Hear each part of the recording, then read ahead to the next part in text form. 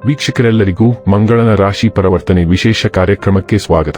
ವೀಕ್ಷಕರೇ, ವೈದಿಕ ಜ್ಯೋತಿಷ್ಯದ ಪ್ರಕಾರ ಮಂಗಳವು ಬಹಳ ಮುಖ್ಯವಾದ ಗ್ರಹವಾಗಿದೆ, ಏಕೆಂದರೆ ಇದು ಹುಡುಗ ಮತ್ತು ಹುಡುಗಿ ಇಬ್ಬರ ಮದುವೆಯ ಪ್ರಸ್ತಾಪದಲ್ಲಿ ಪ್ರಮುಖ ಪಾತ್ರವನ್ನು ವಹಿಸುತ್ತದೆ.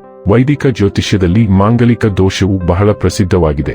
ಆದ್ದರಿಂದ ಹುಡುಗರು ಮತ್ತು ಹುಡುಗಿಯರಿಬ್ಬರ ಜಾತಕವನ್ನು ಮದುವೆಯ ಪ್ರಸ್ತಾಪವನ್ನು ಅಂತಿಮಗೊಳಿಸಲು ಕೇಳಲಾಗುತ್ತದೆ, ಏಕೆಂದರೆ ಈ ದೋಷವು ವ್ಯಕ್ತಿಯ ವೈವಾಹಿಕ ಜೀವನದಲ್ಲಿ ಅಡೆತಡೆಗಳು, ಬ್ರೇಕಪ್, ವಿವಾದಗಳು ಮತ್ತು ವಿಚ್ಛೇದನವನ್ನು ಉಂಟುಮಾಡಬಹುದು.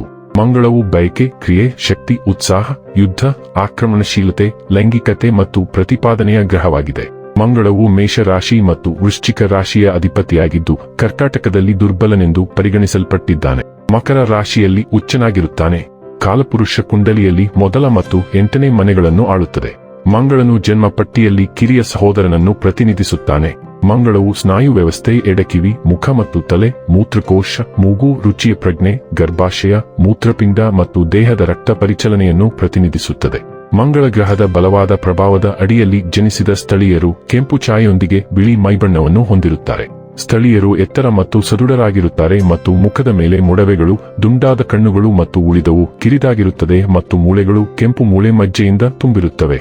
ವರ್ಷ 2024 ಜುಲೈ ತಿಂಗಳಿನ 12ನೇ ತಾರೀಕಿನ ದಿನ ಸಂಜೆ 7:03 ವೃಷಭ ರಾಶಿಯಲ್ಲಿ ಮಂಗಳ ಸಂಚಾರ ನಡೆಯುತ್ತದೆ.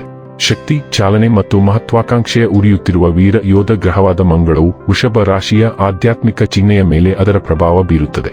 ಮಂಗಳ ಸಂಚಾರ ಸ್ವಾಭಾವಿಕವಾಗಿ ಹೆಚ್ಚು ಪ್ರಭಾವಶಾಲಿಯಾಗಿದೆ ಮತ್ತು ತುಂಬಾ ಧನಾತ್ಮಕ ಅಥವಾ ಋಣಾತ್ಮಕ ರೀತಿಯಲ್ಲಿ ನಮ್ಮ ಮೇಲೆ ಪರಿಣಾಮ ಬೀರಬಹುದು ಎಂದು ಹೇಳಲಾಗುತ್ತದೆ. ಆದ್ದರಿಂದ ಜ್ಯೋತಿಷ್ಯದಲ್ಲಿ ಆಸಕ್ತಿ ಹೊಂದಿರುವವರು ಗ್ರಹಗಳ ಸ್ಥಾನಗಳು ಮತ್ತು ಚಲನೆಗಳ ಸಂಚಾರದ ಮೇಲೆ ತೀಕ್ಷ್ಣವಾದ ದೃಷ್ಟಿ ಹೊಂದಿರುತ್ತಾರೆ. ಮಂಗಳ ವೇದ ಜ್ಯೋತಿಷ್ಯದಲ್ಲಿ ಗ್ರಹವು ಬಹಳ ಮುಖ್ಯ ಪಾತ್ರ ವಹಿಸುತ್ತದೆ. ಮಂಗಳವು ಕ್ರಿಯೆಯನ್ನು ಸೂಚಿಸುತ್ತದೆ ಮತ್ತು ನಿರ್ಧಾರಗಳನ್ನು ತೆಗೆದುಕೊಳ್ಳುವ ಸಾಮರ್ಥ್ಯವನ್ನು ಮತ್ತು ಅದರ ಚಲನಶೀಲತೆಯನ್ನು ಸೂಚಿಸುತ್ತದೆ. ಇದು ಶಕ್ತಿ ಮತ್ತು ಚೈತನ್ಯವನ್ನು ನೀಡುವ ಉಗ್ರ ಗ್ರಹವೆಂದು ಪರಿಗಣಿಸಲಾಗಿದೆ. ಮಂಗಳ ಗ್ರಹ ಆಸ್ತಿ, ಭೂಮಿ, ಮನೆ, ಗಣಿ, ಕೆಲವೊಮ್ಮೆ ವಾಹನ ಮತ್ತು ಅನೇಕ ಎಲೆಕ್ಟ್ರಾನಿಕ್ ಸಾಧನಗಳು, ಕೇಬಲ್ ಸುರುಳಿಗಳು ಮತ್ತು ಶಕ್ತಿ ಆಧಾರಿತ ಸಾಧನಗಳ ಮಹತ್ವದ್ದಾಗಿದೆ. ಬಾಲಕಿಯರ ಪಟ್ಟಿಯಲ್ಲಿ ಮಂಗಳ ಗೆಳೆಯ ಅಥವಾ ಪಾಲುದಾರನನ್ನು ಪ್ರತಿನಿಧಿಸುತ್ತದೆ. ಇದು ಮಂಗಳನ ಸ್ಥಾನವನ್ನು ಅವಲಂಬಿಸಿ ರಚನಾತ್ಮಕ ಮತ್ತು ವಿನಾಶಕಾರಿ ಶಕ್ತಿಯನ್ನು ಸೂಚಿಸುತ್ತದೆ. ಸೂರ್ಯ, ಚಂದ್ರ ಮತ್ತು ಗುರುಗಳು ಸ್ನೇಹಿತರಾಗಿದ್ದರೆ, ಬುಧ, ರಾಹು ಮಂಗಳದ ಶತ್ರುಗಳು ಮತ್ತು ಮಂಗಳ ಮತ್ತು ಕೇತುಗಳ ಕಡೆಗೆ ಮಂಗಳ ತಟಸ್ಥವಾಗಿದೆ. ಜ್ಯೋತಿಷಿಗಳ ಪ್ರಕಾರ ಮಂಗಳ ಗ್ರಹದ ಸ್ಥಾನದಿಂದಾಗಿ ಮಂಗಳಿಕ ದೋಷವು ಉಂಟಾಗುತ್ತದೆ. ಮಂಗಳವು ಲಗ್ನ 4, 7, 8 ಅಥವಾ 12ನೇ ಮನೆಯಲ್ಲಿದ್ದರೆ ಇದು ಜಾತಕದಲ್ಲಿ ಮಂಗಳ ದೋಷ ಅಥವಾ ಮಂಗಳಿಕ ದೋಷವನ್ನು ಸೃಷ್ಟಿಸುತ್ತದೆ. ಮಂಗಳಿಕ ದೋಷದಿಂದಾಗಿ ಒಬ್ಬ ವ್ಯಕ್ತಿಯು ತನ್ನ ವೈವಾಹಿಕ ಜೀವನದಲ್ಲಿ ಅನೇಕ ಸವಾಲುಗಳನ್ನು ಎದುರಿಸುತ್ತಾನೆ. ಮಂಗಳ ದೋಷಗಳ ಋಣಾತ್ಮಕ ಪ್ರಭಾವದಿಂದಾಗಿ ವೈವಾಹಿಕ ಜೀವನದಲ್ಲಿ ವಿಳಂಬ ಅಥವಾ ಸಮಸ್ಯೆಗಳು ಉಂಟಾಗುತ್ತವೆ. ಸ್ಥಳೀಯರ ಪಟ್ಟಿಯಲ್ಲಿ ಮಂಗಳವು ಪ್ರಯೋಜನಕಾರಿಯಾಗಿದ್ದರೆ ಆ ವ್ಯಕ್ತಿಯು ತುಂಬಾ ಸಕ್ರಿಯನಾಗುತ್ತಾನೆ. ಆದರೆ ಜಾತಕದಲ್ಲಿ ಮಂಗಳ ದುರ್ಬಲವಾಗಿದ್ದರೆ ಅಪಘಾತಗಳು, ಕಾರ್ಯಾಚರಣೆ, ಮೂಳೆಗಳು, ಆಘಾತಗಳು ಮತ್ತು ಯಕೃತ್ತಿನ ಸಮಸ್ಯೆಗಳಿಂದ ವ್ಯಕ್ತಿಯು ಬಳಲುತ್ತಬಹುದು. ಹಠಾತ್ ಪ್ರವೃತ್ತಿಯ ಕ್ರಿಯೆಗಳನ್ನು ಸೃಷ್ಟಿಸುವುದರಿಂದ ಮಂಗಳದ ಸಾಗಣೆಯು ದೇಶೀಯ ಪರಿಸರದ ಮೇಲೆ ನಕಾರಾತ್ಮಕ ಪರಿಣಾಮ ಬೀರುತ್ತದೆ. ಮಂಗಳವು ಸಂವಹನ ಸಮಸ್ಯೆಗಳನ್ನು ಉಂಟುಮಾಡಬಹುದು ಮತ್ತು ನಿಮ್ಮನ್ನು ಅಸಭ್ಯವಾಗಿ ವರ್ತಿಸಬಹುದು. ಅದು ನಿಮ್ಮ ಸಂಗಾತಿಯ ಭಾವನೆಗಳನ್ನು ಘಾಸಿಗೊಳಿಸಬಹುದು. ದುಡುಕಿನ ವರ್ತನೆಯಿಂದ ಮಂಗಳವು ನಿಮ್ಮನ್ನು ಶೀಘ್ರವಾಗಿ ಕೆರಳಿಸಬಹುದು. ನಿಮ್ಮ ವೃತ್ತಿಪರ ಮತ್ತು ಸಾಮಾಜಿಕ ವಲಯಗಳಲ್ಲಿ ನೀವು ವಾದಯೋಗ್ಯರಾಗಬಹುದು. ಬಹುಶಃ ನಿಮ್ಮ ಪ್ರತಿಷ್ಠೆಗೆ ಕಳಂಕ ತರುತ್ತದೆ. ಹಾಗಾದರೆ ಬನ್ನಿ, ಇಲ್ಲಿ ಮಂಗಳನ ವೃಷಭ ರಾಶಿಯಲ್ಲಿ ಈ ಗೋಚರ ಇಲ್ಲಿ ಪ್ರತ್ಯೇಕವಾಗಿ ಮಕರ ರಾಶಿಯ ಜಾತಕದ ಪಾಲಿಗೆ ಹೇಗೆ ಸಾಬೀತಾಗಲಿದೆ, ಯಾವೆಲ್ಲ ಫಲಗಳು ಇಲ್ಲಿ ನಿಮಗೆ ಲಭಿಸಲಿವೆ ಮತ್ತು ಯಾವ ವಿಷಯವಾಗಿ ಇಲ್ಲಿ ನೀವು ವಿಶೇಷ ಎಚ್ಚರಿಕೆ ಹೊಂದಿರಬೇಕು ಅನ್ನೋದನ್ನ ನೋಡೋಣ. ವಿಡಿಯೋ ಪ್ರಾರಂಭಿಸುವುದಕ್ಕೂ ಮುನ್ನ ಎಂದಿನಂತೆ ನಮ್ಮ ವಿನಂತಿ ಎಂದರೆ, ನೀವಿನ್ನೂ ನಮ್ಮ ಚಾನೆಲ್ ಅನ್ನ ಸಬ್ಸ್ಕ್ರೈಬ್ ಮಾಡಿಲ್ಲವೆಂದರೆ ದಯವಿಟ್ಟು ಈಗಲೇ ನಮ್ಮ ಚಾನೆಲ್ ಅನ್ನ ಸಬ್ಸ್ಕ್ರೈಬ್ ಮಾಡಿ. ಹಾಗೆ ನಿರಂತರ ವಿಡಿಯೋ ಅಪ್ಡೇಟ್ಸ್ಗಳಿಗಾಗಿ ತಪ್ಪದೇ ಪಕ್ಕದ ಬೆಲ್ ಐಕಾನ್ ಬಟನ್ ಕೂಡ ಕ್ಲಿಕ್ ಮಾಡಿ.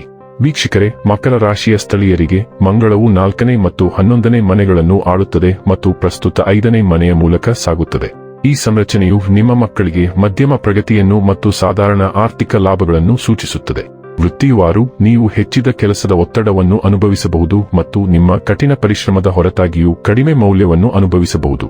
ವ್ಯಾಪಾರದ ವಿಷಯದಲ್ಲಿ ನಿಯಮಿತ ವ್ಯಾಪಾರ ಚಟುವಟಿಕೆಗಳಿಗಿಂತ ಹೆಚ್ಚಾಗಿ ಷೇರುಗಳಲ್ಲಿನ ಹೂಡಿಕೆಯಿಂದ ಲಾಭವು ಪ್ರಾಥಮಿಕವಾಗಿ ಬರಬಹುದು.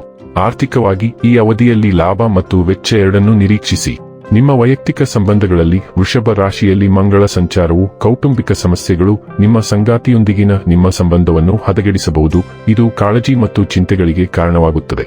ಆರೋಗ್ಯದ ದೃಷ್ಟಿಯಿಂದ ನೀವು ಉತ್ತಮ ಆರೋಗ್ಯದಲ್ಲಿರುತ್ತೀರಿ, ಆದರೆ ನಿಮ್ಮ ಮಕ್ಕಳ ಯೋಗಕ್ಷೇಮಕ್ಕೆ ಸಂಬಂಧಿಸಿದ ವೆಚ್ಚಗಳು ಇರಬಹುದು. ಮಂಗಳವು ಸ್ಥಳೀಯರ ಜನ್ಮ ಚಾರ್ಟ್ನ 4ನೇ ಮನೆಯನ್ನು ನಿಯಂತ್ರಿಸುತ್ತದೆ.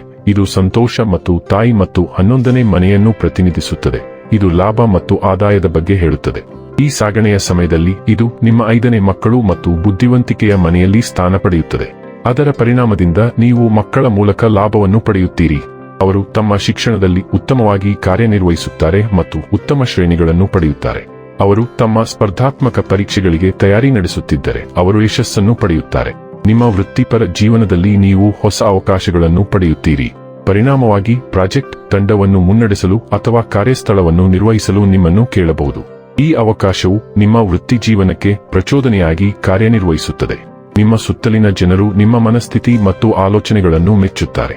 ಪರಿಣಾಮವಾಗಿ ಸಮಾಜದಲ್ಲಿ ನಿಮ್ಮ ಸ್ಥಾನಮಾನ ಮತ್ತು ಖ್ಯಾತಿಯು ಹೆಚ್ಚಾಗುತ್ತದೆ. ಜನ ನೋಡುತ್ತಾರೆ ನಿಮ್ಮ ಬಳಿ ಮತ್ತು ಸಲಹೆಗಳು ಮತ್ತು ಸಲಹೆಗಾಗಿ ಬನ್ನಿ.